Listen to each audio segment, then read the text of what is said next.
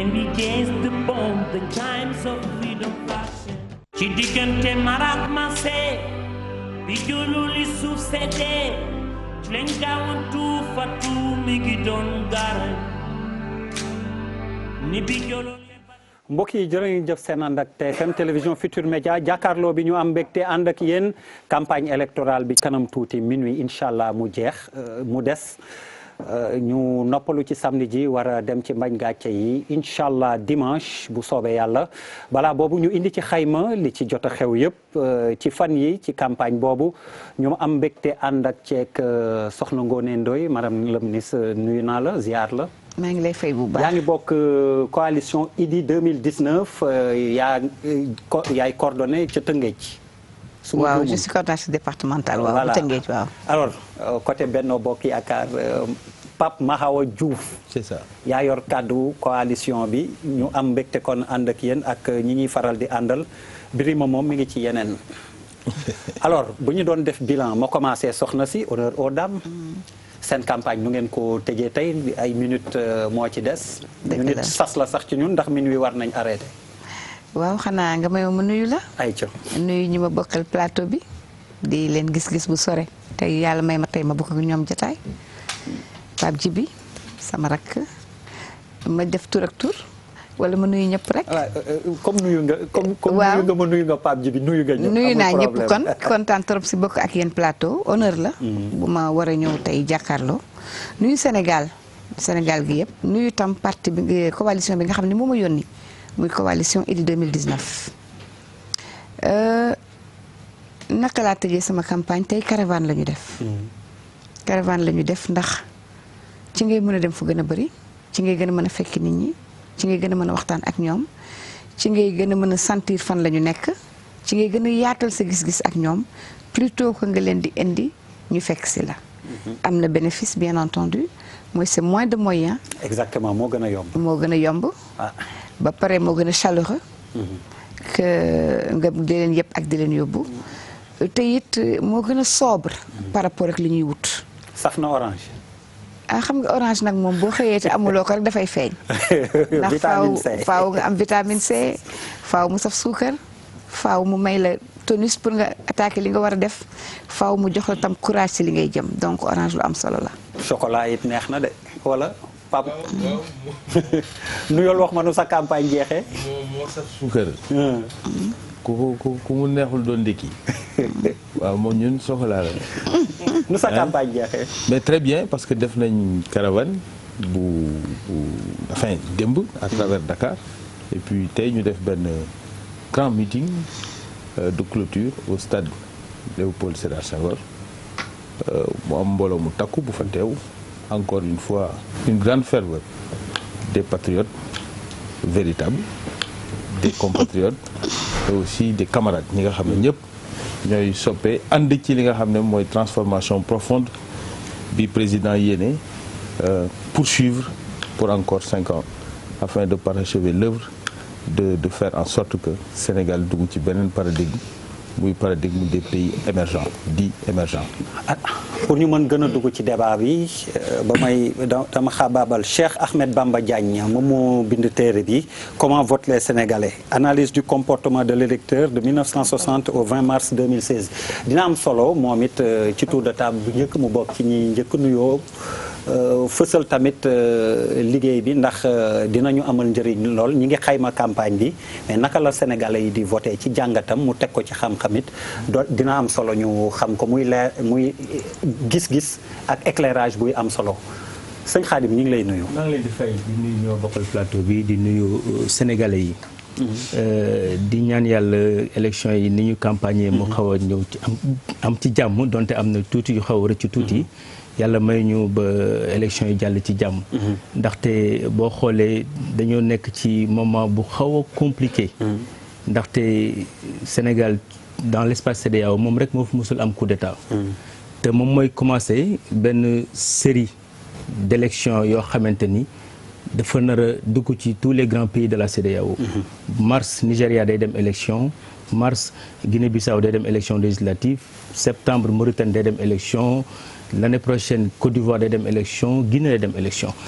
donc bu ñu réussir suñu élection yi ba am stabilité boo xamante ni dinañu mën a permettre ñu mën a xool nu ñuy def ba espace CEDEAO bi mu xaw a tranquille tuuti je pense que dina métti trop. ndaxte ñëpp a ngi ñu xool maintenant pour revenir sur comportement électeur sénégalais bi. bon peut-être après ñu wax ci mais dans un premier temps. naka nga analyser campagne bi pour yow est-ce que débat crypto personnel bi jëlul le dessus sur bon genre débat économique bu mu doon xaar plus de proposition lu ñu mën a dégg lu ñu mën teg ci loxo askanu Sénégal est-ce que du foofu lañ leen doon gën a xaaree. contrairement à campagne bi baax na trop. et la presse a joué un rôle extraordinaire. boo dégloo rajo yi di nga déglu vraiment débat xam nga campagne kenn mënul wax li mu bind yëpp. ndax xaaruñu leen ci loolu. nit ñi jànguñu pour mën a lire seen programme mais débat yi am ci rajo yi boo koy déglu di ko suivre di nga gis ni vraiment sur tous les points développé nañ ay idées ay projets yoo xamante ni mën nga cee d'accord mën nga cee bañ a d'accord mais campagne bi am na visibilité ku ci nekk wax na maintenant il appartient aux Sénégalais maintenant ku ci nekk xool ndax kii li mu wax mën na ko wala mën ko waaye quand même pour man campagne bi baax na am nañu aussi les 5 candidats yu ñu am wax dëgg yàlla ñoom ñëpp ku ci nekk antenne na réew ku ci nekk aussi campagne bi mu def pour man daal rafet na lépp daal vraiment war naa mën a am. alors Pape Djibril docteur Cheikh Ahmed Bamba Diagne nee na campagne bu rafet la gis. ndax sa gis-gis méngoo naag li kilifa gi wax. waaw donc di leen nuyu bu baax di nuyu invité yi ak naataango yi di nuyu sénégalais yi moom xam naa ne il a voulu être positif. si taxawaay bi yëpp mais pour man campagne bi ci surtout rôle presse bi mooy am na luñ ci góorgóorlu bu baax waaye dafa am benn pour man sentiment de méfiance bu am entre les acteurs politiques et la presse wala une certaine presse parce que da ngay gis ne du ma comprendre parfois acteur politique joxe avalam ba pare ci genre débat bu war a am ci télévision wala quelque chose comme ça c'est un grand moment ci campagne bi ailleurs tu n'oses pas mënoo bañ bu fekkee ne joxe nga sa accord de principe ba pare parce que foog nga ñëw wax nag nit ñi li nga xamante ni ñoom nga ko bëggee ci casting bi aussi ci wàllu presse bi le plus souvent entre journalistes ça peut parce que fii aussi problème mu spécialisation la ñu am ci presse bi nga xamante ni dans le domaine de la santé dans le domaine de l'économie dans le domaine de truc est-ce que di nga am les profils assermentés yi nga xamante ni dinañ mën a jàkkaarloog kii bi jël programme bi candidat bi waaw passé ko à la loupe et au peigne fin ba mu lu mu gën a métti gën a baax ba ñu xam ndax kii wax li muy wax da koo wax teg ko ci bakkanam wala ndax li muy wax ni ay gént la wala ndax li muy wax c'est réaliste et réalisable je pense que ne loolu aussi xam naa ne c'est vrai que suñu démocratie dañ koy tàgg trop mais pour man ba tey am na lu bari loo xamante ni des na ci confiance bi nga xamante ni war na am d'abord en tant que acteur ba kenn ku ci nekk mën a jouer plénitude rôle am ba mu mat sëkk donc encore une fois pour man des na daal war nañu gën a jëm kanam war na gën a perfectionner wu. Papis Diaw. en fait man. gannaaw bilan bi ngay def ci campagne bi. surtout ni may wax et j'insiste le débat économique est-ce que teg nañ ko vraiment fi ñu ko waroon a teg place am. non c'est que dama bëggoon d'abord rappeler que ne principe bu campagne. dafa standard dafa universel. Dès lors que nga wax campagne tu es dans le registre de la démocratie libre choix libre expression libre expression bi nag mu ngi tënku ci li ngay offre bi ngay proposer dafa am ay segments yoo xamante ne dans une société dafa fondamental wax nga ko mooy dund bi santé bi ak yi nga xamante ne xëy na de plus en plus ñu ngi koy léegi di ko soxla mooy les valeurs donc boo xoolee li gën a essentiel ci campagne bi là où les candidats se sont beaucoup prononcés andi nañ ay réponses et des propositions économiques dégg nañ ku nekk yaa xam gëm nga ko gëmloo ko c'est faisable ou pas ñu verser également ci li nga xamante ni moo jëm ci les valeurs moom mooy li nga dégg par exemple candidats yi wala bokk les camps di wax le bilan immatériel et le bilan matériel mooy loo xamante ne mën nga see teg sa loxo mën nga ko laal ak loo xamante ne ça ne se voit pas mais ça se vit dafa bokk suñu àdduna mooy l'aspect des valeurs. Donc je crois que il faut tirer un chapeau à nos candidats. Je crois que ils ont mouillé le maillot. Ça il faut leur concéder. Ils ont mis les moyens qu'il fallait. La seule souillure bu ñu ci mën a am moom mooy il est possible dans une démocratie comme ñun ni ñu koy prétendre ñu dem en campagne quels que soient les enjeux mu bañ a am mort d'homme am na ay nit ñu perdre seen bakkan mais loolu war ñu ko verser bilan bi ci yi nga xamante ne ay accident la parce que accident moom campagne ou pas dafay faral di am mais ñu circonstancier ko si loolu mu am mort d'homme man loolu moom lay déplorer parce que je pense que mën nañ ko dépasser et la preuve autant les gens étaient sceptiques pour l'affaire de Tamba bi ñu démarré les gens étaient sceptiques vraiment sceptiques mais non on va vers une campagne mais historiquement mortelle mais xoolal comment les Sénégalais se sont ressaisis démarrer à l'essentiel quoi proposer aux gens faire leur campagne égratigner maa ngi dégg léegi si port et trait ci ak président mu ngi taxaw ci candidat Madické Niang moi je crois que loolu dafay refléter ce qui a prévalu pendant toute la campagne au-delà des morts que nous avons enregistrés mu ngi wax ne c'est pas méchant Madické day campagne rek attaqué na ma ça fait plaisir dans une démocratie loolu mooy esprit bi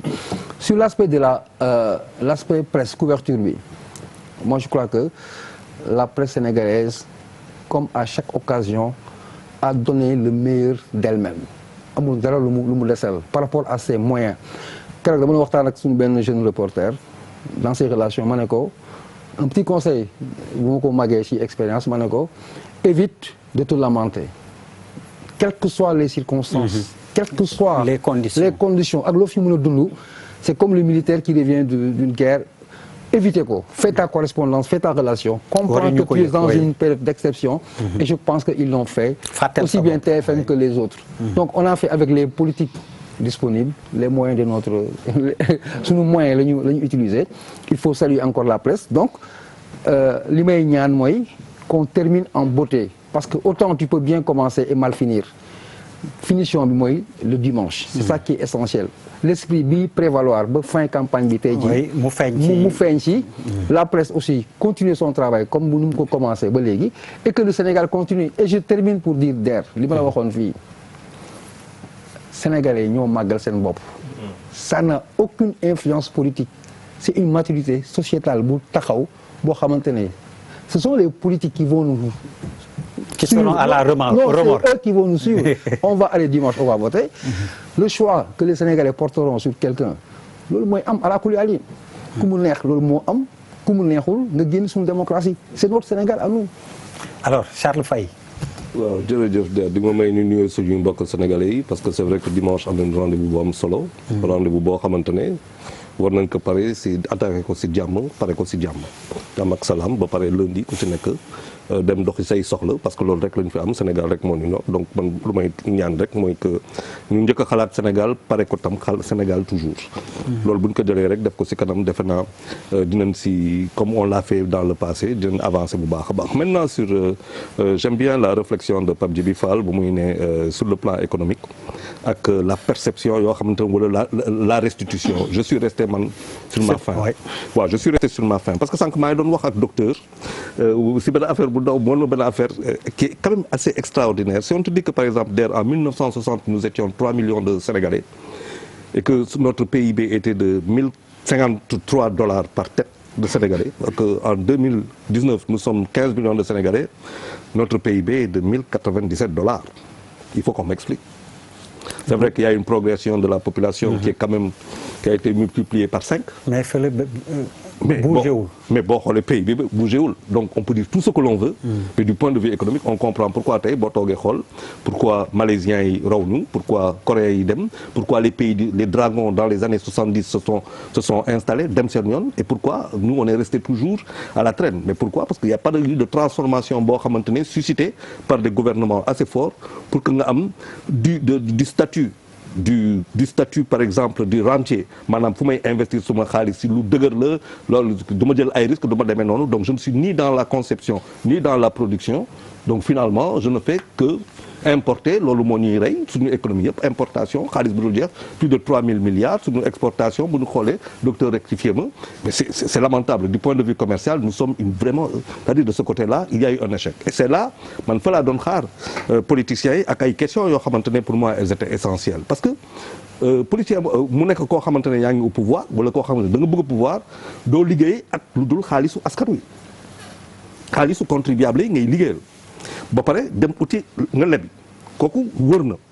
bon tu peux dire tout ce que tu veux mais si loolu ngay liggéey maintenant boo bëgg il faut que tu dises aux Sénégalais man lu mu koy liggéeyee est-ce que dinaa yokk impôt yaa ku si nekk yaa ngi wax lu ne mais fooy jël xaalis bi foo koy jël boo bëggee ne man naa def lii naa def lii naa def lii faut que tu aies l'argent est-ce que c'est des dettes bu ñu xoolee tey ñun fu ñu toll si dette bi je pense que loolu c'est des éléments yu am solo maintenant on n'est pas rentré dans ces choses-là pour man dañu toog en surface élection yi ñu ngi ko doon defee bon c'est vrai que am na ay particularités boo xoolee ku si nekk en fonction de ses moyens def lu mu mën ça il faut le dire sillonner le pays kooku la c'est historique wante si biir wax bi je pense que nous sommes restés encore très superficiel. C'est des questions essentielles en économie que nous devons débattre et de ce point de vue je suis resté sur ma foi. Alors Bouba ban bilan ngay def ci campagne bi. waaw mais je pense que déjà par rapport ak nu ñu naan jumtukaayu xarala yu bees yi je pense que loolu aussi am na lu mu indi si campagne électorale bi en dehors de la presse je pense que am na une nouvelle presse. boo xam ne est-ce que sax jëlul le dessus sur suñu médias traditionnels yi maanaam wàllu réseaux sociaux yi. je pense que am na benn tempo bu mu imposer les candidats ba ñu def plus. je pense que bon c'est vrai que musuñu wax autant ci wàllum programme bu ci lu ma fàttaliku plus que ci élection yi même si man sama problème mooy. programme yi ni ñu koy jottalee nit yi dañuy fàtte tout le temps que ni dañu nekk ci réew moo xam ne ñi ci gën a bëri jànguñu donc dama bëgg des fois aussi ni ñuy restituer affaire yi ni ñu leen koy joxee nit yi aussi mu nekk ci anam yoo xam nit yi dañ koy comprendre parce que c'est bien beau toog ci télé yi naan programme économique xam nga wax fii wax wala fekk 90% dañu lay seetaan xamuñ ci li ngay wax dara ça ne sert absolument à rien man je pense que le jour où je serai satisfait mooy que vraiment que le Sénégalais lambda que mu comprendre un peu lan mooy programme bu gars yi mu bañ a nekk un débat entre intellectuel parce que loolu lu koy indi mooy damay seetlu que ni suñu homme politique yi bu ñu nekkul ci pouvoir bi dafa am ci ay points yoo xam ne duñ ci signalé wu pendant en dehors des élections quoi bu élection amul échéance amul doo leen gis ñuy yëngu trop ci wàllum environnement ci wàllu vraiment def d'une façon continue quoi nga xam ne kii au moins am na dara lu muy xeex tout le temps quoi dafay mel ni programme yeeg yëpp dañ koy denc rek ba campagne ñëw ñu génne ko quoi mais du ñu en tout cas du ñuy signalé wu ci benn côté boo xam ne c'est continu beneen problème bi mooy aussi dañu nekk ci dëkk yoo xam ne parrainage ñëw na mu am 5 candidats mu am benn candidat sortant ak 4 opposants pour man bu amee 5 yu joŋante quel que soit boor bu ñu bokk ki 5 yëpp war nañu mën a d'accord ak bañ a d'accord cette absence de débat là c'est-à-dire que y a un camp même bu fekkee ni Idrissa Seck d'accordul ak Sonko d'accordul ak Madické d'accordul ak Issa Sall cette absence de contradiction là me fait un peu peur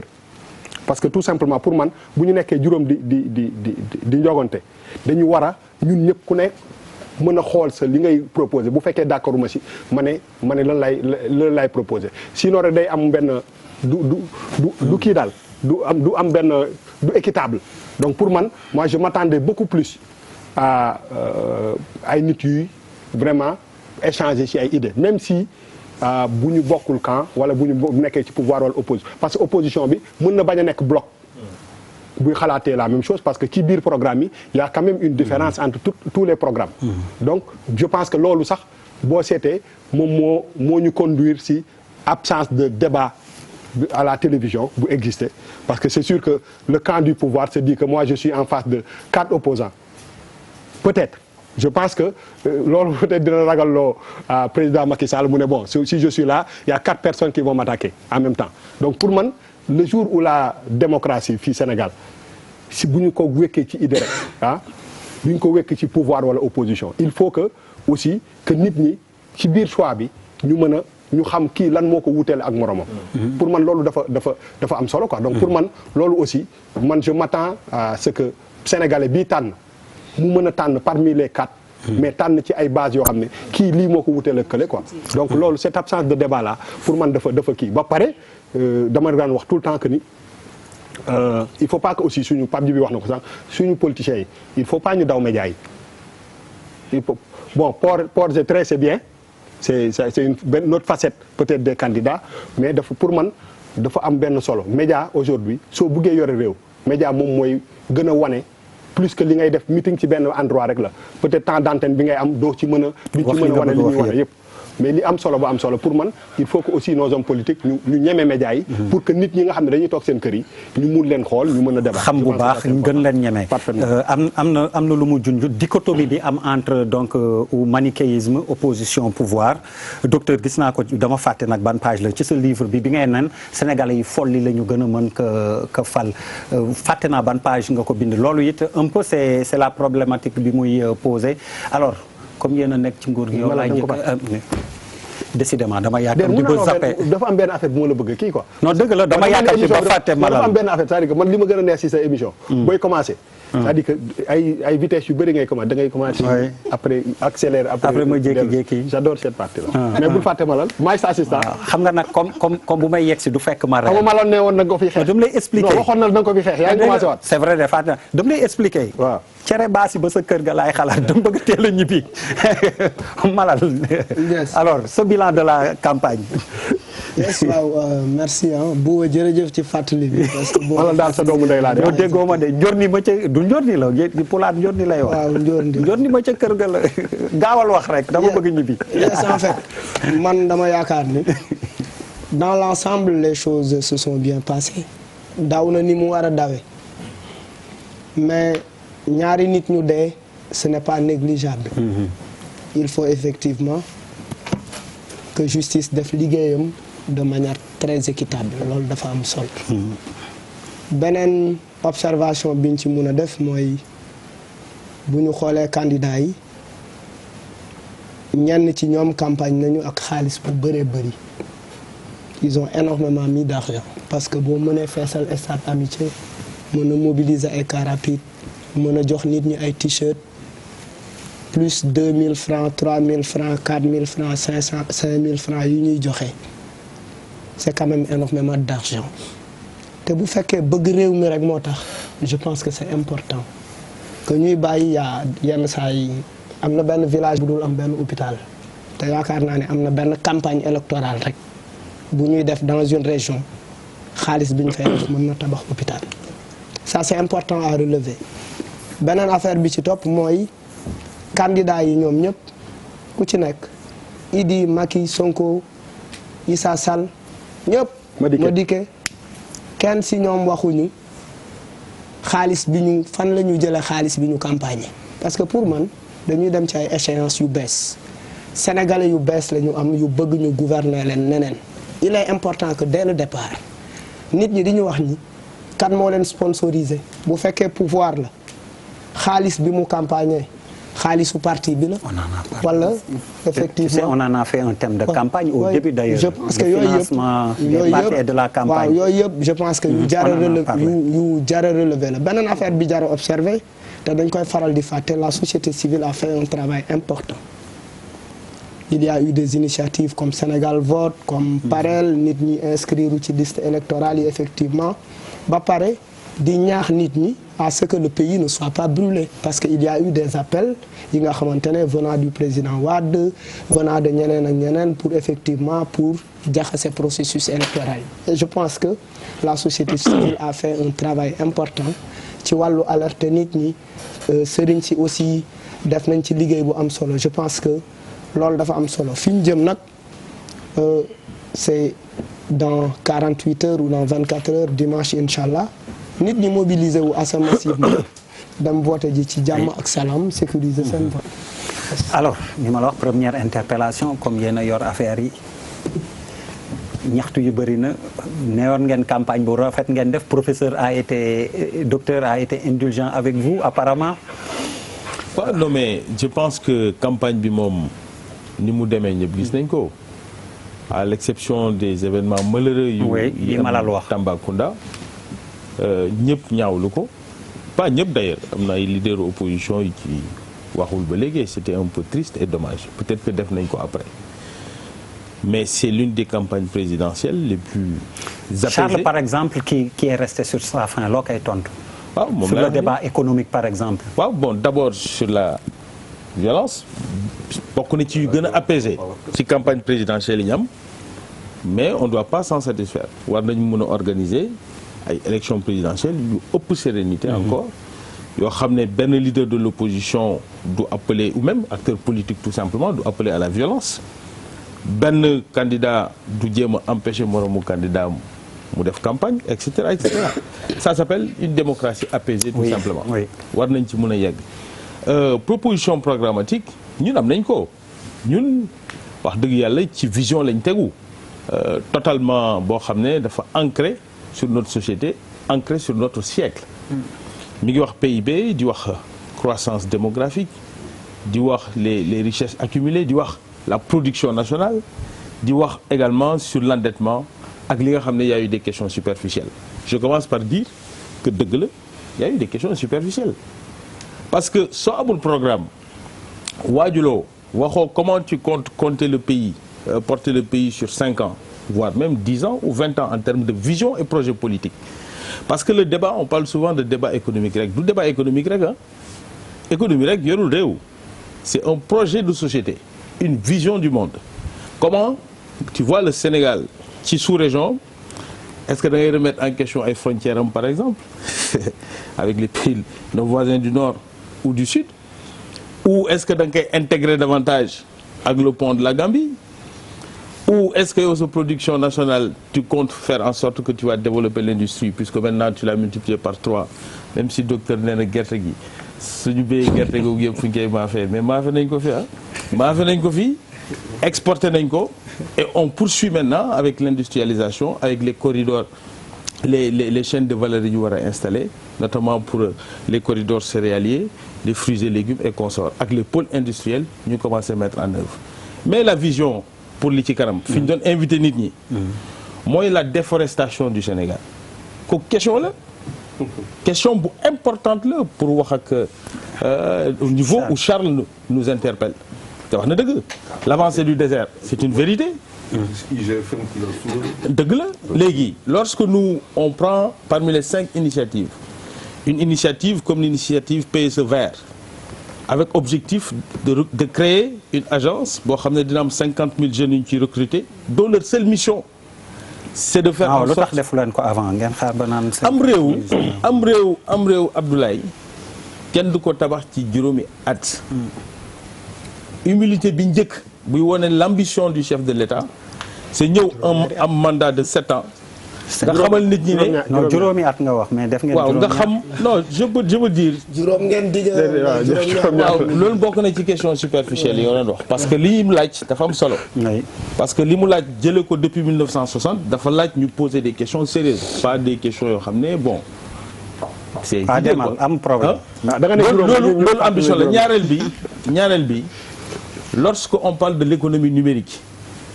c'est important. La 5e puissance mondiale, c'est une partie, un État américain. C'est la Californie. Pour une seule raison, l'économie numérique. Oui, Silicon Valley. Ñun, est-ce que l'économie numérique boobu, on doit pas préparer notre jeunesse à ce type de connaissances, à ce type de knowledge. Faire en sorte que d'ici 15 ans, nga xam ne 50 métiers yi nar a marquer l'avenir. Amaguñu. Comment on va faire nous pour former notre jeunesse pour les préparer à ce type d'économie? C'est dans le plan Sénégal émergent. Débat boobu lañ doon woo nit ñi topp ñun ci li ñu topp mooy ay càccum élection ay Aly Ngouille Ndiaye doon ministre ay kii sàcc na xaalis bi fii gauche ak droite alors que Sénégal quand même war na mériter aujourd'hui ak sénégalais yi ñu poser les vrais débats qui doivent sécuriser non seulement notre pays mais pas notre pays seul. suñu réew mënut a dox lu dul dafa nekk dans un environnement intégré avec un voisinage apaisé te loolu menacé nos voisins du nord du Sénégal. mais quand même kii ni ngay wax li muy superficiel yëpp Papis l'a souligné ça fait partie du bilan immatériel boo xam ni ça pèse sur la balance alors Pape Djibril tu demandes la parole mais may ma jaar ci Soxna Ngoné parce que moom it pour muy mën a pelloo tuuti ak Mahawa au plan économique lan ngeen di proposer ñoom wax nañ ñi ngi ci benn vision ñi ngi tegu ci campagne ngeen mais lan ngeen bëgg indi lu bees jëmale fa Sénégal. danga ma laaj sànq naka laa jeexale sama campagne. ma wax la caravane bi. oui mais mënuma bañ a wax ci bilan bi tuuti bala may dugg ci question économique. waaw bu gaawee rek ndax loolu lay gaaw incha allah waaw li ñu dese ci waxtu du def 2 minutes parce que bilan bi mënuma nekk yaay nekk jigéen te duma jaale. te du ma wax ñi fi jóge te du ma ko ñaawlu dëgg la du ma ko mettitlu donc loolu laay def jaale ñi nga xam ne ñoo si ñàkk seen njaboot jaale ko Sénégal yëpp ñaawlu fànn bi mu amee mettitlu ko mais fas yéene tam mu bañ a ci am li tax nag Sénégal lu bëri duñu gaaw di sóor bu baax ay questions économiques wala ay discussions c'est parce que dañu gisul leen métti di ko bëgg a jëlee duñu gaaw di xool buñ ko fi jëlee lan lañ fiy def moo tax généralement nit ñi dañuy gën a xëccoo naka la ñuy fexee ba gën a ñaawal ki fi nekk di wane ne yàq na lii toj na lii dindi na lii di mën a engranger ay voix plutôt que di discuter ci bu ma fi jëlee loolu lan laa fiy teg. exactement. mu am loo xam ne sama càmmiñ dafa wax léegi Pape Mao que amul c'est des questions qui ne sont pas importantes moi je pense que le sens de la parole donnée la parole d'un État la parole d'un chef d'État dafa sacré ñun suñu parole dafa sacré a fortiori la parole d'un gouvernant parce que mooy jaay réew ma mooy respecté loo réew mi donc c'est pas des questions bénignes parce que question yooyu ñoo indi nga ne Aly Ngouille Ndiaye du nekk sama ministre de l'intérieur lu koy waral nit ñi rafetlu ñu naka la loi parrainage bi demee rafetlu ñu naka la gaawee gënalu leen niñ ko doxalee quoique duñu bëgg rater le rendez-vous du Sénégal parce que Sénégal amul jot am na lu mu war a def à l'avenir am na ci lu mu war a dugg donc loo ci am lu la metti da ngay dox mooy jikko saykat dooni parce que sama jëkkër du góorgóorluwul que damay taxaw déedéet da nga koy pousse muy góorgóorlu tey sëy doo dem donc loolu moo tax quel que soit problème yi ñuy rencontré du tey ñu dugg ci pour le Sénégal loolu tax nag boo gisee koo xam ne daf ciy def obstruction faaw nga dénigrer ko faaw nga wax ci pour alerter c'est pourquoi lorsque les gens ont parlé d'observer les élections dinaa ñëw contrôler ko bëgg naa mu baax bëgg naa mu jaar ci yoon j'ai dit vous vous êtes pris un peu tard il fallait commencer avec le process depuis que ñu def parrainage ak yooyu ngeen waroon taxaw contrôler seet bref aujourd'hui nous y sommes def nañu campagne bu am solo bu apaisé journalistes yi mënuñu relayer lépp parce que ñun man amul benn journaliste par exemple bu ma taal micro parce que amul jot bi mu ngi am jotu candidat bi mais man dugg naa fu nekk wax naa fu nekk j'ai perdu la voix bi may ñëw fii boo ma seetloo ni ma xiifeek ni ma sonne c'est parce que j'ai passé la journée à parler à rencontrer des gens fu nekk ñu ngi fiy wax suñuy xalaat ñu ngi échanger ak nit ñi Sendou laa jógee Sendou oui maa ngi la doon remercier sax Sendou nga bàyyee ko pour Sendou laa bàyyee ko macha allah parce que Sendou dañu sàkk ci ñoom 283 hectares pour defar benn port minéralier jël 12 kilomètres si biir géej ñu nekk une population de pêcheurs ndaw bi état yónni bi mu ñëwee di waxtaan ak ñoom dafa leen ne sangu sax mayu ma leen ko ci 12 kilomètres yi waxul ma laa ngeen wax ay gët ak yooyu dem géej une population de pêcheurs de lébu il y a une manière de parler aux populations il faut faire accepter les projets par les populations à la base avant de les exécuter doyul ñu ne la dinañ pousse 250 mètres carrés si biir dëkk bi moom la ñu paree pousse mooy ñi samp dëkk bi ñu ko créé dañu war a jóg xam nga mënoo dem ci ñooñu te doo toog doo waxtaan doo discuter surtout bu fekkee ne nag dañu am ci seen wet benn centrale à charbon pour parler environnement boo xam ne mi ngi adossé wu ci foo xam ne jigéen ñaa ngi koy woy Xelkom di fa jaay lu ñuy lekk rek nag di ko fa liggéey keccax tout fruit ay produits halieutiques yu ñuy transformé donc nit ñi ñu ngi échanger à la base ci yooyu soxla jigéen ñi ne ñu nanguwuñu liggéey ci biir liggéey xam nga discussion yooyu nga xam ne ñu ngi ko am ak sénégalais yi yaatu na te kenn mënu ko relayer les sénégalais non plus pour revenir si Charles Faye lu mu wax PIB bi fu mu nekkoon ba fu mu toll léegi politique publique yi ce ne sont pas des politiques qui incitent à travailler c'est des politiques sociales maye saraxe dimbali mënuñu nekk une société comme ça moo tax ñun jàpp nañ ne bourse familiale baax na ci ñenn mais jaaduwul. yéen salaire familial su ma juumul ngeen ko mujj bëgg a def. salaire familial un salaire par famille. au moins est-ce que du benn tamit. au moins déedéet un salaire on le mérite c'est ça la différence. on le mérite on travaille su fekkee ni da nga bëggoon ne tey jii malal sama càmmiñ li la encouragé waat ci li nga nekk di feddaliwaat sunu xamee ak sunu àndandoo soo bëggee di ko jox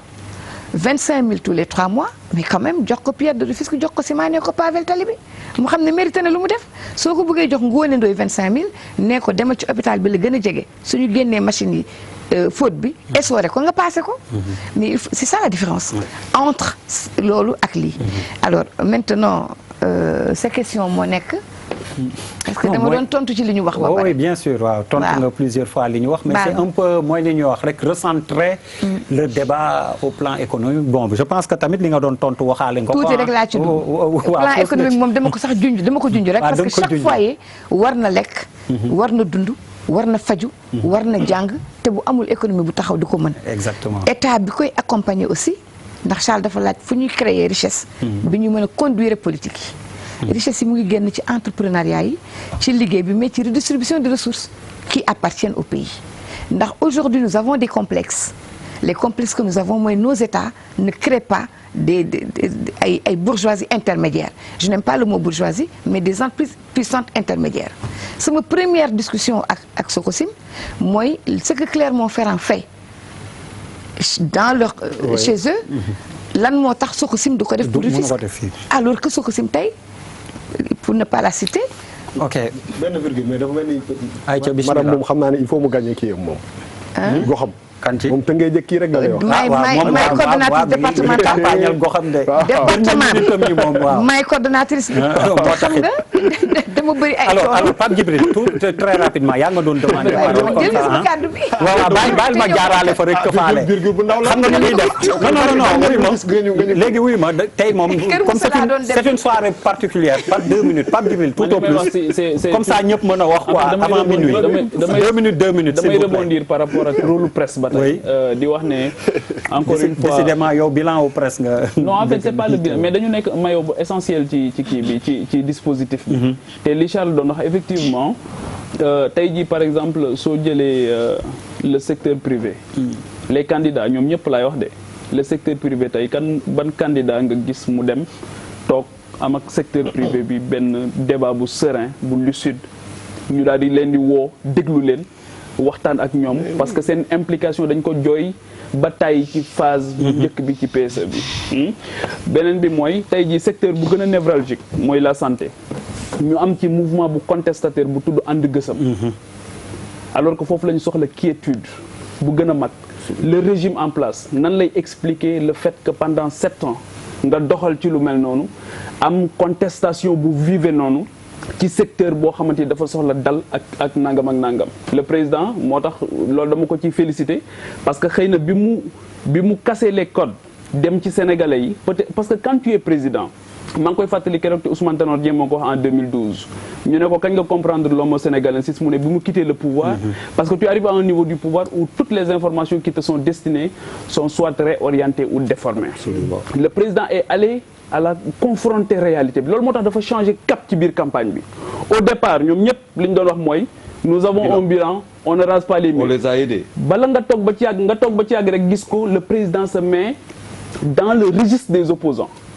des autres candidats mooy les promesses dem Pikine ne 1 million d'emplois parce que xëy na li muy gis ci ndaw ci jour ouvrable dafa tiit xëy na ni mu bare li muy gis xëy na ci jigéen ci jour ouvrable dafa tiit parce que ailleurs on organise les grands rassemblements les week-ends même gilets jaunes chaque samedi la ñuy daje yaa ngi dégg donc xam naa ne indicateurs yi mu gis fi mu ne nii ba ci les responsables politiques yi may gis man ñuy dem ci biir gox yi ak gox-goxaan yi wax dëgg fa yàlla photo yi may gis ñuy partager ci Facebook bi ci kër yi ak nit ñi nekkin bi ñu nekk dama ne sax xam naa ni ñuy violer intimité nit ñi sax dafa graaw parce que da ngay dem ci kër jël photo à l'insu de borom kër gi gis naa ci ñu photo nit ñu photo yoo xamante ni mbañ gàcceem wala mbañum rusam da ngay xawi suturaam ndax na mu nekkee dans des conditions yenn saa yi désastreuses nga daal di ñëw dugg ne da ngay campagne ñëw photo ko parce que bëgg nga wan nit ñi au niveau central ne yaa ngi def porte à porte le président s'est rendu compte de la réalité bi mu demee Guinguinéo dane dinaa leen indil gynécologue jeudi mais je dois rappeler aujourd'hui toujours pour rester ci santé parce que ça me semble essentiel ne Matam ba mu daj amul pédiatre xëy na ku fa amul doom ñun suñu doom fii la ñu nekk mën nañu am pédiatre ça ne nous choque point peut-être que Mawa dina ko défendre mais loolu pour man c'est des choses essentielles leneen li mooy la jeunesse le débat bi ñuy wax par rapport ak candidats yi par rapport ak presse bi mais c'est une question essentielle sunu réew yàlla sunu borom moo ñu nattu xaw ma chance la xaw ma ndax charge la war a doon xaw ma menace la xaw ma opportunité la war a doon mais tey jii jeunesse bi qu'est-ce qu'on va en faire lan lañ ci nar a def lan lañ ci nar a def est-ce qu'il y a une stratégie nationale aujourd'hui bu dem ci jeunesse bi mais jeunesse bi tey jii bu ñu waxee jeunesse rek ñu ne emploi mais man ndaw la mais aw ma problème emploi mais am na leneen lu ma soxla mooy li ñu tuddee ambition immatérielle mais quelle est l'ambition immatérielle aujourd'hui des gouvernants ci man nan la ñuy def ba ma exercer sama citoyenneté nan la ñu def ba ma questionner sama redevabilité vis-à-vis de mon pays qui m'a tout donné moo tax question par rapport ak kii ne juróomi at ne juróom-ñaari at c'est pas une question superficielle je suis désolé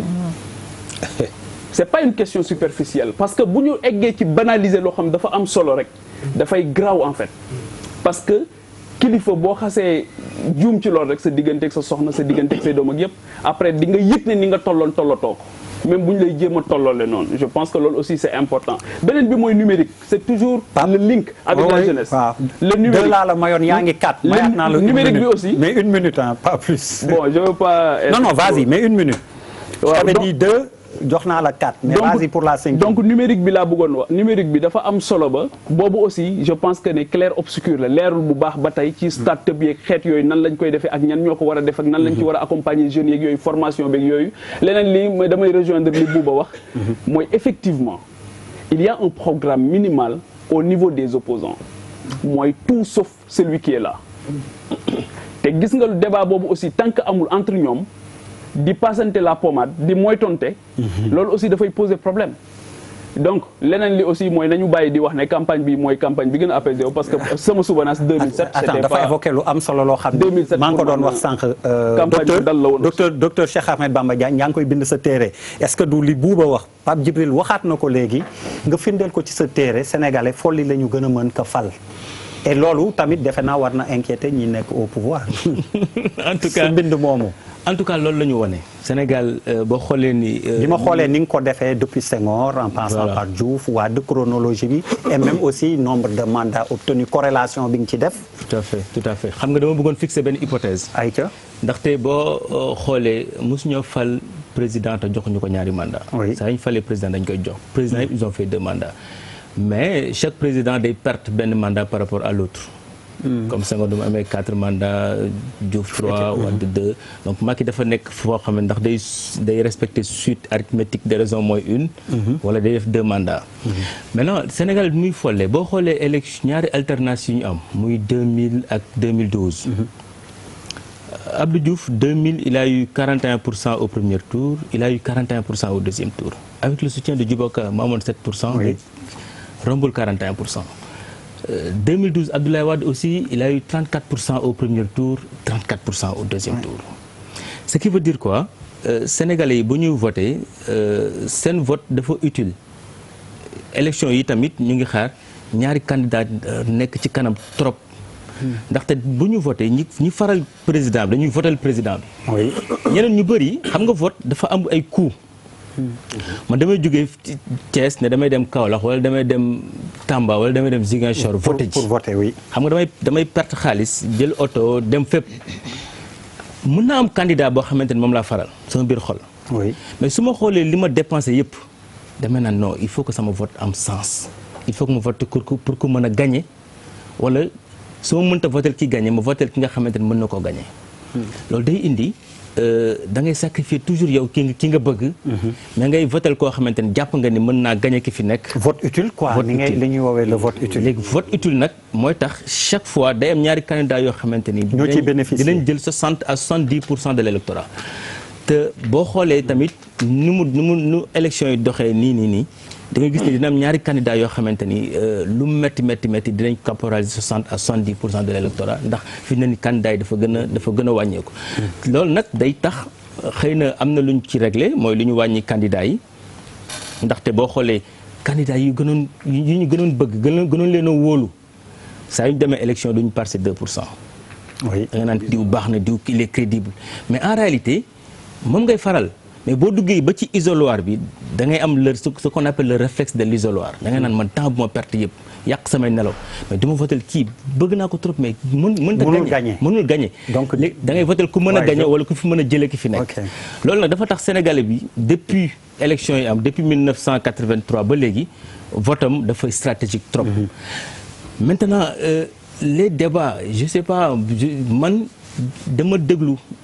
et j'ai lu tous les programmes parce que loolu sama liggéey j'ai lu tous les programmes mais wax dëgg yàlla xaw ma ndax dinañ ko réaliser wala duñ ko réaliser mais les programmes des partis politiques ont été extraordinaires tous les programmes en plus déglu naa Boubacar Camara déglu naa démb Mahammed Boun Abdallah Dionne mais le niveau était très élevé te loolu pour man manqué woon na Sénégal xëy na dañu concentré wu trop ci leader yi xam nga tamit parfois un président wala ku bëgg a nekk président comme Issa su ma jëlee kaw Madické Niang Madické mënuñoo xaar ci moom mu defal ma débat économique man je suis docteur en économie mënu ko parti la mën a yor parti bi dafa am ku ci nekk li nga war a yor indi ko moom nañ ko may buy dem di meeting mu jéem a xool lan moo neex nit ñi jëm parce que vote voilé wut. Et apparemment il n'a pas mal réussi sur ces dernières sorties. Comme Trump. Voilà Trump l'avait fait à l'époque. Ah oui aussi. mais dina wax ay wax yi ngand mais après ay spin docteur ñoo ne ci suuf xalaatal ko pour mën a am. Alors pour docteur may naa ko 5 minutes mais bu ko yow 2 laa lay may allez. D'accord mais en fait man aussi bon li gars yi wax candidats yi ci li ñu wax am na solo mais ci li ñu waxul aussi am na solo parce que dëkk boo xam ne boo seetee ci biir campagne électorale bi par exemple boo demee ci dëkk yu mag yi boo demoon États-Unis par exemple fi nga xam ni foofu la gën a méttee fu candidats yi war a jël yenn position yu gën a difficile par exemple sur l'avortement par exemple question boobu la candidat bu ne di def nii parce que il faut que nga jël position te doo frustré ñi nga xam ne ils sont conservateurs ak ñi nga xam ne c'est des gens yoo xam ne dañu bëgg que par exemple nit bi mën a dem def avorter bu ko neexee par exemple mais boo seetloo Sénégal fii dafa bëri ay sujets yoo xam ne vraiment concentration métti na de di émission ba pare di kii day métti waaw. Non on me met la pression pour la publicité. Publicité non vraiment c'est ce que je suis en train de lui dire. sama casquette s'il te plaît. oui ma nee ko casquette directeur des programmes. On termine dans 30 minutes donc on met la pub après. fin bi mu dugal ko. Oui c'est la solution. Voilà bon je disais donc man aussi absence de débat sur des sujets sensibles xam nga dikk ay nit neex na. Par exemple, man, quand je sors d'ici, à 2 heures du matin, je vois des enfants de 5 ans, de 2 ans, de 3 ans. Dans la rue. Moi, c'est un mot qui est rëy ci Sénégal. Parce que quoi ci Sénégal, c'est ce que tu vois. Mu rëy, mu ngande, pata. Mu ne suñu problème bi gën a rëy. Personne n'en parle. Tu sais pourquoi on n'en parle pas? Parce que c'est sensible. Qui nous parle des enfants dans la rue là-bas? Ken. Du pouvoir du opposition. Parce que xam nga lu tax soo ko waxee mën nga frustrer benn marabu mën nga laal ci mbirum diine parce que suñu mbokk jullit yi ci diine bi la ñu wékku pour xale yi nekk ci biti mais pourquoi on n'a pas des candidats qui ñuy jël kaddu wax ci loolu par exemple sur les histoires de mœurs sur jàkkaarloog Sénégal yi man je ma bëgg gars yi bu ñuy wax ak Sénégalais yi on a un problème. ñaata fête la ñu am Sénégal 365 jours yi ñaata jours lañ ciy toog liggéeyuñu personne n'en parle xalam rek diggaate logique gu politicien bi mooy diggaate kenn du la ne bàyyi ma may eggali rek non bàyyi ma eggali rek dama ne dafa am ay sujets yoo xam ne 2 minutes waaw dafa am ay sujets yoo xam ne man dama fay xaar candidat yëpp te yooyu économie éducation santé am na solo mais yooyu am na solo parce que dans un pays boo xam ne à 2 heures du matin tu tombes sur des enfants qui ont de 2 ans nekk ci mbedd bi nekk ay centaines et des milliers et des centaines de milliers te kenn waxu ci ça pose problème et personne n'en parle du ñu laal ay on a besoin de suñu jeunesse bi dañ leen war a ñaaxaat dañu war a autocritiquer suñu bopp comment on fonctionne comment on vit c'est-à-dire que man c'est des débats comme ça moom foofu lay xaaree nos candidats li nga xam ne waxuñu ko bu ñu concentré wu rek ci li ñu wax mais ci li nga xam ne moom mooy ñu gën a difficile parce que mu nekk ay sujets yu sensibles gars yi dañuy tànn des fois aussi sujets yu ñuy discuter ak yu ñuy wax ak yu ñu dul discuter te loolu c'est un grand problème. Charles est-ce que du li ngay wax du système bi muy wax. mooy système mooy c'est le populisme xam nga populisme moo lay def loolu. populisme moo lay teg ngay wax ni luñ bëgg. mais ñu ngay waxal sànq da nga doon wax violence mais attends la violence et les invectives insultes yi mais c'est le miroir de la société. Faut pas qu'on s'étonne parce que tout simplement la classe populaire boo xamante ne qui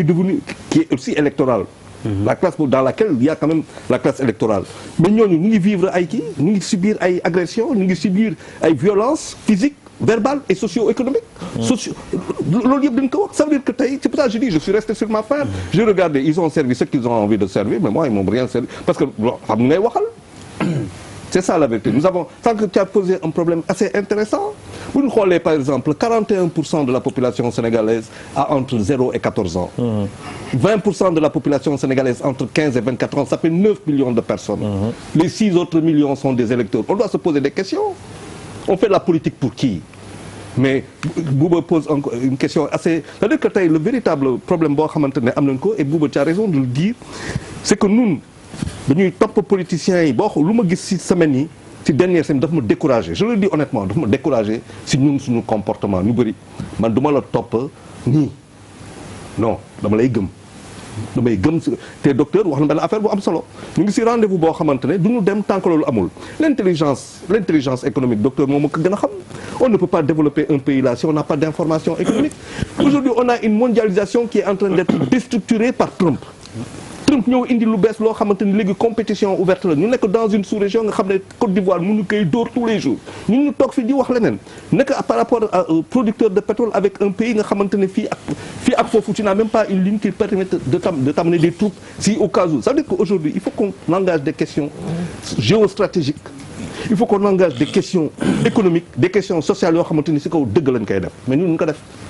alors on est toujours dans le superficiel on reste dans le superficiel on va à la présidentielle ñu élire kenn et rebelote on se retrouve exactement la même chose et je vous ai dit 1960 là aujourd'hui c'est exactement le PIB le même PIB on a eu 4 présidents. Merci beaucoup Charles 2 minutes tu les as bien gérées. Papis 2 pour toi aussi. waaw man kay mun naa wax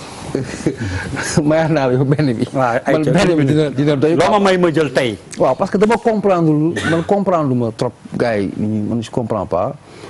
parce que. mënoo bëgg une chose et son contraire parce que campagne dafa am ay réalité dafa am loo xamante ne campagne ñu tudd c'est une campagne présidentielle un candidat qui va à la conquête d'un pouvoir il a un programme d'ordre national mais dans ce programme d'ordre national il y a des segments bu fekkee da nga sur les questions nan on a été superficiel sur ça on a jàppal bàyyil par exemple boo ñëwee ci kaw Rufisque mais un problème fondamental de Rufisque reste l'environnement mooy saleté bi l'histoire de machin quand tu es candidat tu n'as pas 24 heures tu as 2 heures boo ñëwee Rufisque boo accentué wul la chose sur l'environnement tu es passé à côté et pourtant en plus de la spécification du programme concernant Rufisque tu as un plan national mais une fois Rufisque c'est le segment essentiel mais tu t'arrêtes sur l'environnement le reste nga versé ko pour dire tout simplement ceci moi je tire un chapeau à nos candidats ils ont fait des offres sur l'histoire des am na noo koy diversifier nga ne waxuñu par exemple je prends le cas des talibés moi j'ai écouté des candidats qui ont été à Touba foo xamante ne affaire d'art dafa am solo ils ont fait des offres ils ont proposé des choses sur les talibés si mais je veux dire en fait je veux dire l'esprit d'une campagne. non c'est une promotion. non pas on préfère une personne buy wax ci xale yi taxawul ci tali Almadies bi fii. non la réalité non attends xam nga non déglu ma mais xam nga docteur wax na sànq lu am solo c'est-à-dire il y a un programme national. Chaque candidat a un programme national sur tous les aspects qu'il propose. Maintenant, convaincre ou pas, non, convaincre ou pas. Est-ce que moi c'est priorité ou pas? Comment est-ce qu'on doit accepter? Pour les autres pays, on doit l'accepter pour nos gars. Ils ont fait l'essentiel. Muy opposition, muy pouvoir proposer nous. Donc, qu'on l'accepte, qu'on soit convaincu, c'est un problème. Qu'on soit pas convaincu, il n'y a pas un problème. Mais ils ont été bons, ils ont proposé. Alors, 100% amul. Malal, avant may delluwaat pour nos 2 invités ñu tontu un peu. dama jàpp ni campagne au-delà du discours que l'on sert, c'est un moment aussi de célébration. Nit ñi amuñu luñ def. Ils se retrouvent pour dem lekki ceeb fecc kontaan. C'est-à-dire les gens se retrouvent également dans les campagnes pour s'occuper. C'est important. Waaw loolu ça li muy révéler mooy. échec ni dëkk bi doxee. li muy révéler mooy échec à tous les niveaux. et la responsabilité mun nañ ko boole tous les candidats pourquoi parce que benn candidat demul di rencontrer ku dul militant wu les gens ne vont pas pour convaincre parce que ils vont pour rencontrer leurs militants et des espaces qui sont offerts aux candidats yi nga xamante ne ay indécis ñoo fa toog les candidats dañ koy balayer d'un revers de main je te donne simplement wàllu askan wi bi ñu organisé démb avec le mouvement Y en a marre le président de la République coalition Benno Bokk Yaakaar à la première heure dañ ne mënuñu ñëw mais après on s'est retrouvé avec Idrissa Seck qui nous a promis jusqu'à 17h qu'il sera là il n'est pas venu qu'est-ce qu'on va faire avec un candidat bi nga xamante ne bëgg na jot réew mi pour revenir un peu à la parole donnée c'est quand même important c'est-à-dire on ne peut pas dire que la parole le manque de respect de la parole donnée mun nañ ci critiquer président de la République pour évoquer par exemple le mandat de 5 ans bi mu ñu waxoon defu ko oui loolu sénégalais yi mere nañ ko ci et y en a qui le sanctionneront pour ça mais quelqu'un qui aspire à diriger le pays suba ñu jox la nga wax ak ay nit yu am solo ci biir dëkk bi di ay ndaw Sonko première heure la wax il nous a dit je viens à 14h à 14h moins 5 il était là Madické il nous a dit telle heure dinaa ñëw heure boobu ñëw na mais deux autres lu mel ni Idrissa Seck il nous a dit qu'il sera là il n'est pas venu je veux dire qu'est-ce que je vais faire avec quelqu'un qui veut me diriger demain et qui ne me donne aucune explication qui tienne c'est-à-dire quand même dëkk dafa am solo beneen affaire bi nga xamante ne jar na relever et c'est important et je pense que il faut aller vers ça il y a eu moins de folklore ci campagne Sonko ak PUR c'est quand même important on trouve des militants assis qui écoutent attentivement et ça facilite la compréhension mais le géwél qui bat le sabar qu'on retrouve chez Macky c'est le même géwél qu'on retrouve chez Idrissa Seck donc élément la condition de la discipline c'est quand même important beneen aspect bu jara relever mooy il faut que ñu réfléchir comment en termes de communication comment en termes de médiatisation qu'on ñu créer équilibre boobu au niveau des candidats et je pense que loolu bu ñu ci bëggee dugg il faut aller vers le contrôle des ressources yi nga xamante ne moom la candidat yi yor. waaw xam nga moom dafa xaw a cité man j'avais dit à l'entame que même l'histoire des valeurs moo tax ma ne en écoutant les propos des candidats ils ont beaucoup insisté sur les valeurs parole sans valeur ou parole donnée boobu la da nga koy intégrer ci valeurs yi donc je veux dire que les candidats ont fait le tour des questions auxquels les gens s'attendaient. Ok, Papis. Alors, je vote pour les 5 candidats. Je vote pour tout le monde. S'il vous plaît, que les interpellés, les invités puissent répondre au moins. Bëri na, mais 3-4 minutes. Tout au plus. Non, on va essayer de faire. Oui, mais santé bi am na importance, Pape Djibril l'a évoqué. Bouba nee na tamit yenn yu sensible yi da ngeen koy laf. Laisse-moi le privilège de choisir les thèmes sur lesquels je vais parler. Non, damay bañ nga fàtte yoo xam ni c'est important et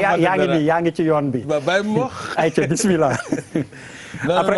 Adja Ngoné jël wàllam. Simplement, d'abord sur la dernière question, ñun jàppuñu ne, en tout cas, sunu leader le président Macky Sall ak ñun ñi ànd ak moom jàppuñu ne dañu nekk dans une posture où dañuy déglu ay nit sur ay leçons de morale. Mais pourquoi? Parce que leçon de morale mënul am suñu diggante corresponsabilité moo mun a am. Corresponsabilité mooy ku nekk nga xool sa toogaay mooy li sëñ bi di wax ci nax ju balaa ngay tal ayib bu kenn fexeel yow say ayib nga matal ko.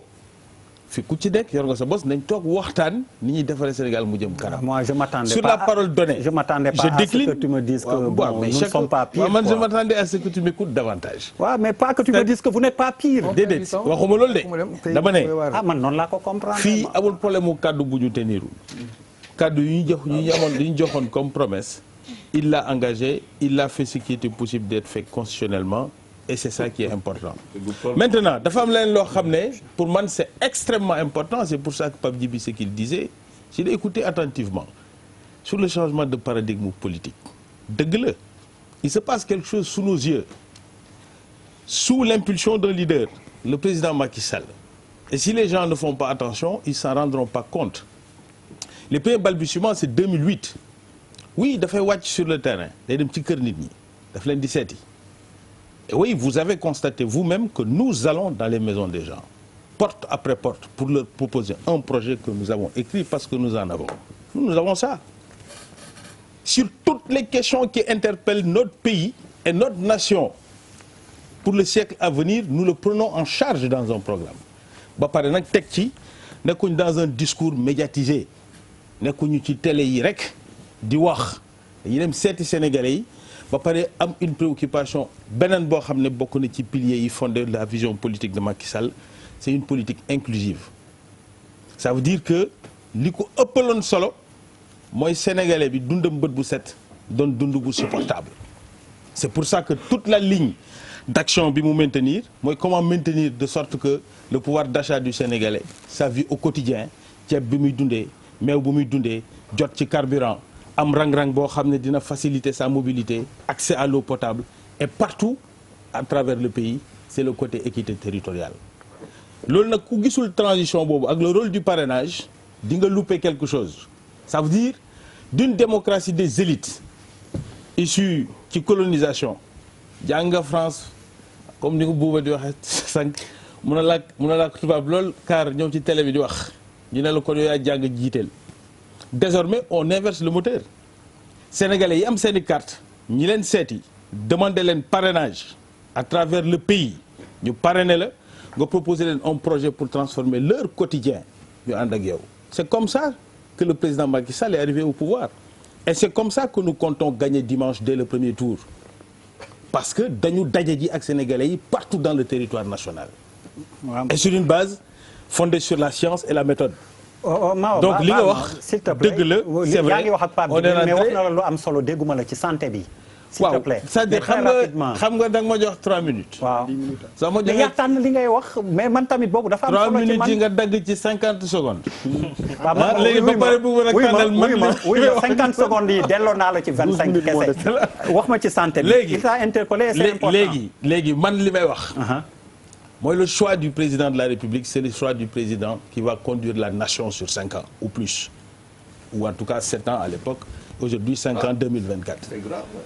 léegi ce que j'essaie de dire mooy la nation sénégalaise dafa am ay valeurs yu ko fondé pas simplement des hommes politiques c'était aussi des hommes spirituels Léopold Senghor Sëñ Fallou Mamadou Dia Hyacinthe Thiandoum Mame Alhaji Malick Sëñ Babacar Sy etc. fondement yooyu xaajale ay waaso ak ay tarixa fondé wu ko woon ñu am une politique de voisinage boo xam ne moo fondé sunu diplomatie ba Sénégal ci àddina bi ñëpp ràññee ko comme le président Macky Sall s'inscrit dans cette tradition-là s'inscrit comme un héritier de cette tradition-là et le véritable continuateur de cette République sénégalaise. C'est ça qui est important aujourd'hui lors de ces élections. mu bu ko def nag mu bu ko def nag non li mu ko def nag c'est son avis grawul li mu wax dara grawul da amul problème mu bu ko def nag dégg nañ li nga wax en mettant en avant les Sénégalais parce que l'élection présidentielle plus que simplement un projet économique plus que simplement des questions sectorielles comme la santé comme l'éducation nationale c'est un projet de société d'abord. Merci beaucoup. Et c'est pour ça que le rendez-vous des élections présidentielles est un rendez-vous extrêmement sérieux où la qualité des hommes dafa am solo boo xam ne kenn waru ko jël à la légère. man de tey sama chrono laa yer Adja Ngone may naa la 5 minutes bëgguma yoon dab ma yow 5 minutes laa lay may 3 laa ko waxoon wax na 5 waxal 5 tey moom chaque minute ma xool sama. li ma mën wax mooy campagne u candidat Macky Sall. man am naa ci kersa. am naa ci kersa ndax nit ñi ko topp.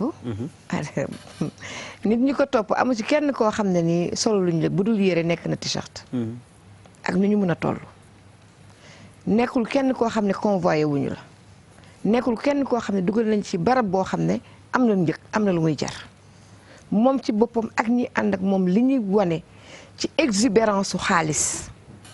li ñuy jox doomu aadama yi pour ñu dugg ci kaar yi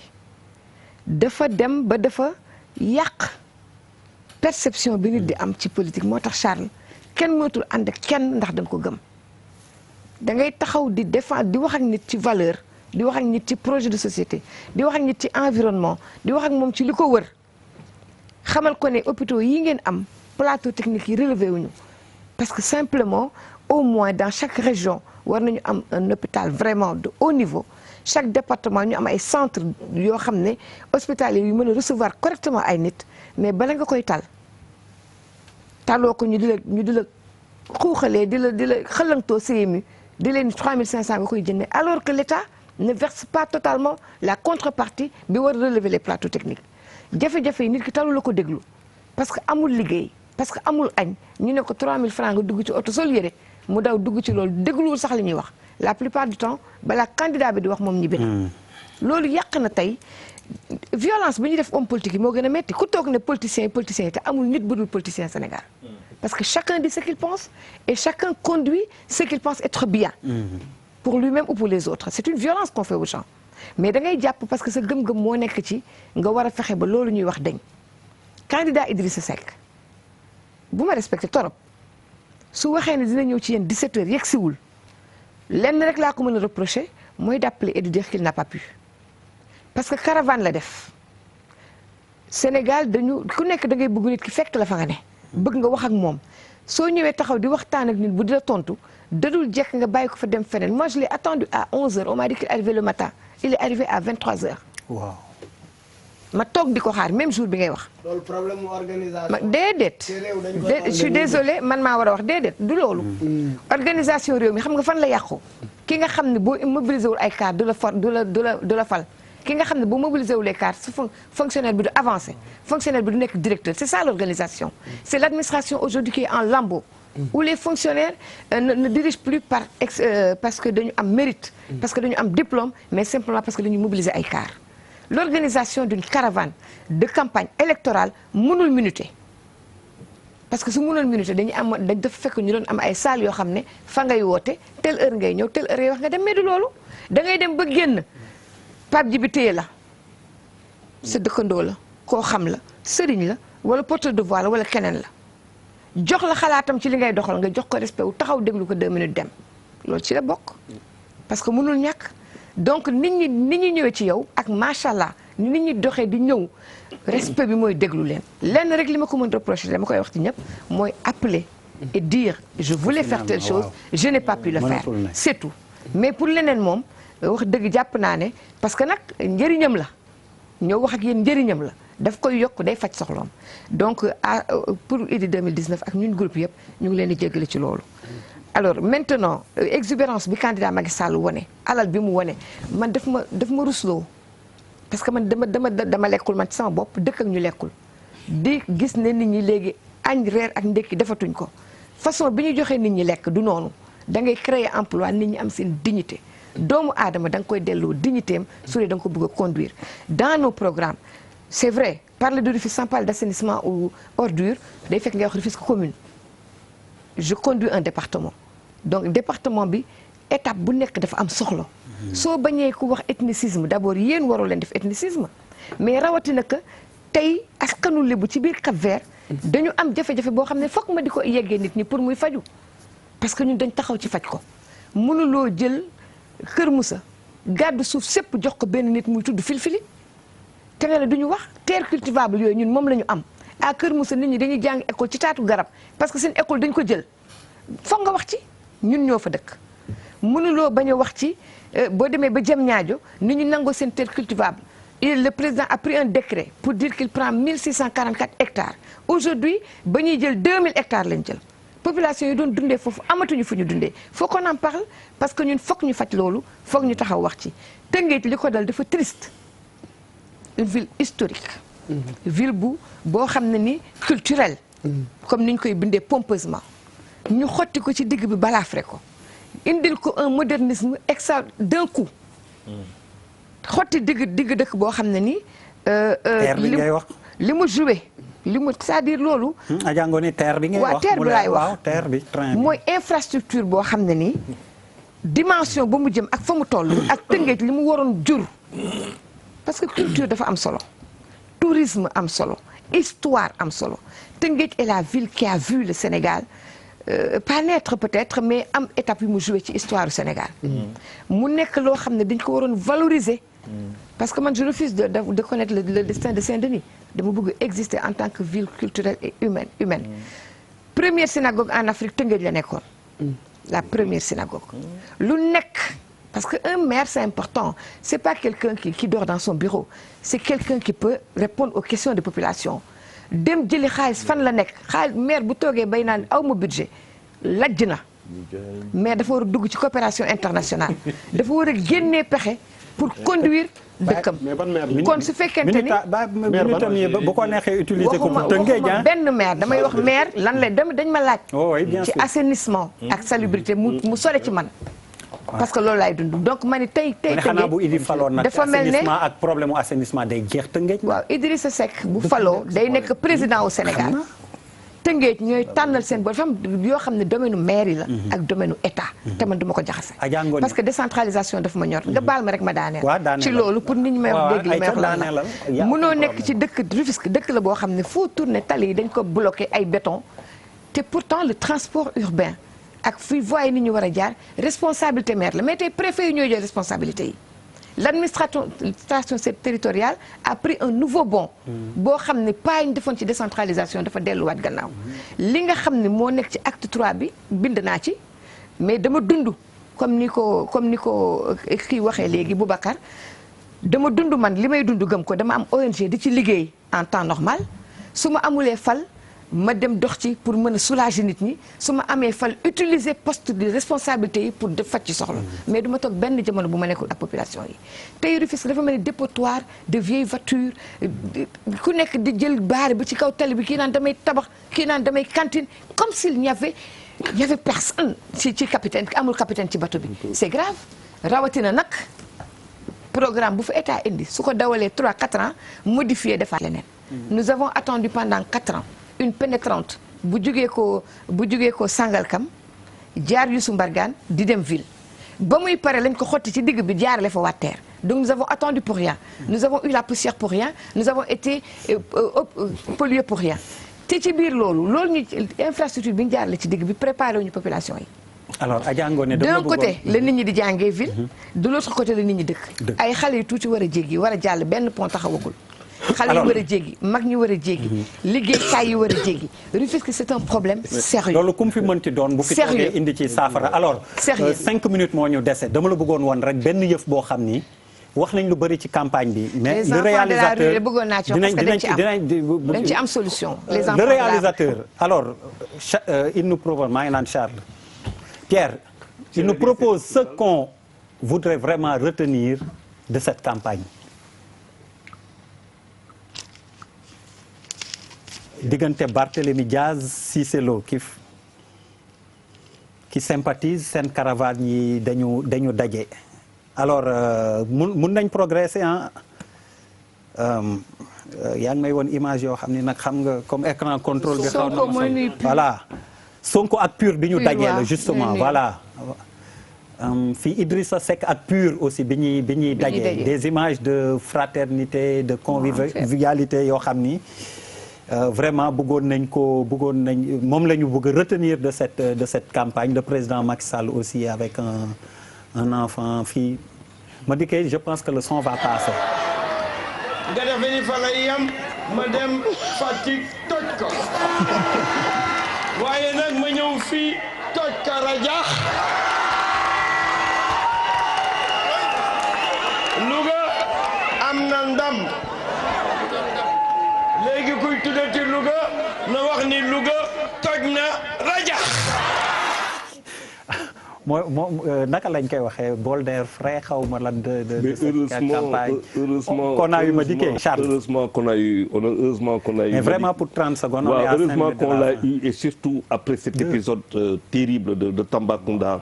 il a pacifié. cette campagne et on. merci Charles Bouba. benn virgule rek parce que il nous reste 2 minutes. 20 secondes quand même li ëpp solo. mooy yeewu dimanche. dem voté ji. c'est-à-dire que coow li yëpp yeewu suba solu dem voté ji. voté loolu moo ëpp solo. Papis Diaw. waaw man moom laa tëjee woon moo tax ma ne on peut bien finir et mal terminer. man sama souhait mooy on a bien géré ba tey jii finalité bi nañ ko rafetal. alors Pape Djibril. waaw pour man élection yi grand moment bi gën a am solo moom moo ci des en réalité mooy que ñu fexe ba mu jaar ci yoon képp koo xamante ni mandaté nañ la nga assumer sa mission képp ku ñu mandaté wul boo voté nga ñibbi sa kër te ñi nga xamante ni ñoo fa nekkal administration ñu exercer aussi seen mission en toute honnêteté et en toute sincérité. Malal. yes waaw ñu mobiliser wu en masse dem voter ji sécuriser vote bi c'est quand même très très important. alors professeur. docteur ban moo la gënal. Khadim Bamba nag. allez Khadim Bamba. alors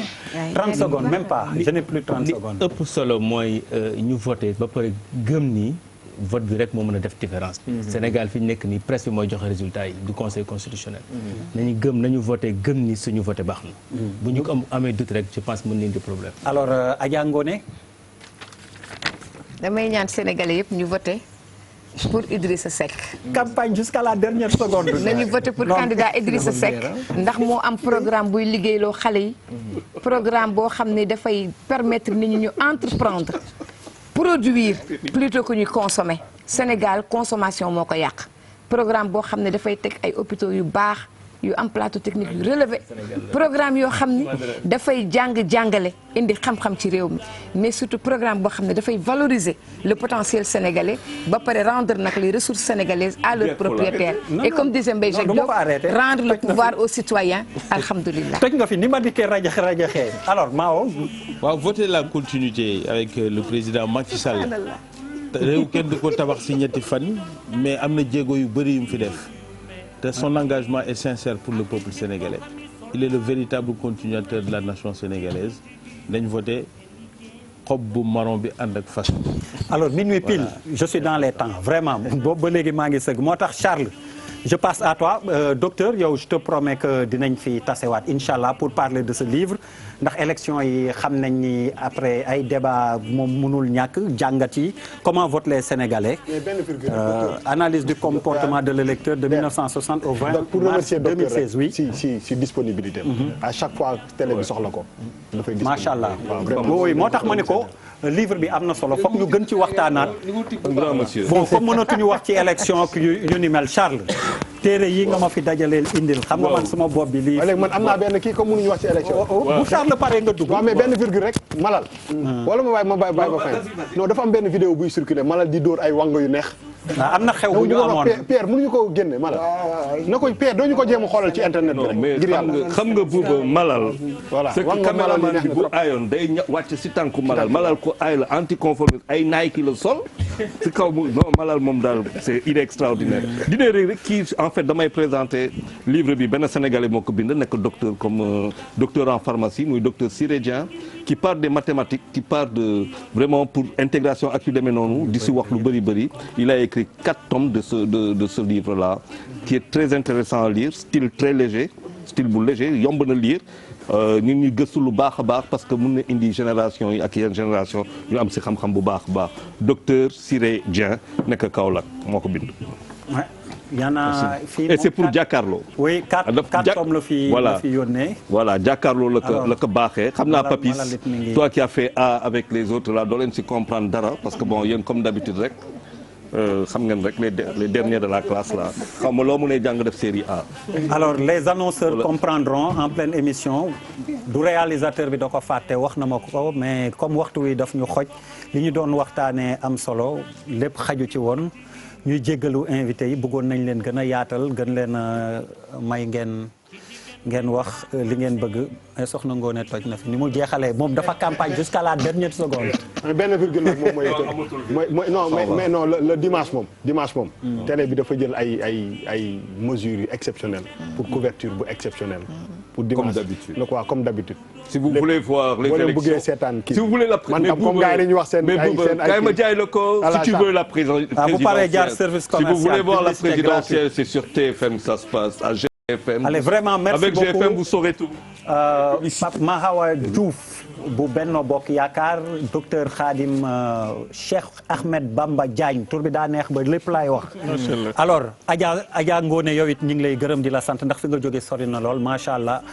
ñu lay ci gërëm di leen sant di ñaan yàlla ñu voté ci dimanche incha allah lépp xew ci jàmm ki gagné ci jàmm jërë ngeen jëf. yeneen yu mel ni